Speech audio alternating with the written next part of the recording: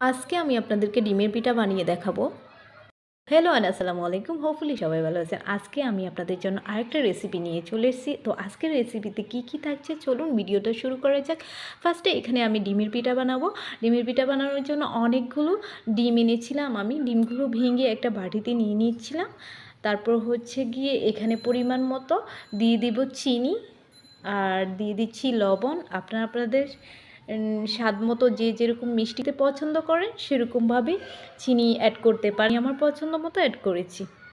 দেন হচ্ছে গিয়ে ডিমের সাথে চিনি দিয়ে ভালোভাবে আমি একটা মিশ্রণ বানিয়ে নেব।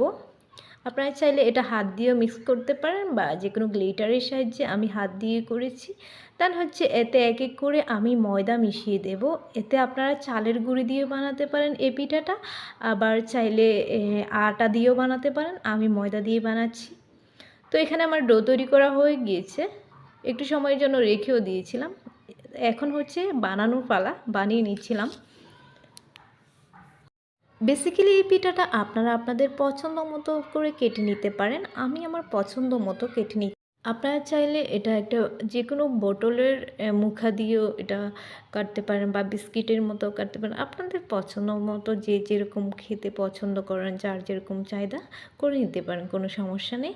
তো এখানে আমার পিঠা অলরেডি বানানো হয়ে গেছে। দেন হচ্ছে আমি কড়াইতে তেল দিয়ে দিচ্ছি পিঠাগুলো ফ্রাইয়ের জন্য। এক এক করে আমি সবগুলো পিঠা তেলের মধ্যে দিয়ে দিচ্ছিলাম। দেন হচ্ছে আমি ভেজে নেব। এই তো ভাজা ফ্রাই হয়ে গিয়েছে। পিঠাটা আপনারা কে কে চিনে থাকেন, চিনলে অবশ্যই কমেন্টস করবেন। অ্যান্ড আমার ভিডিও ভালো লাগলে লাইক কমেন্টস করতে ভুলবেন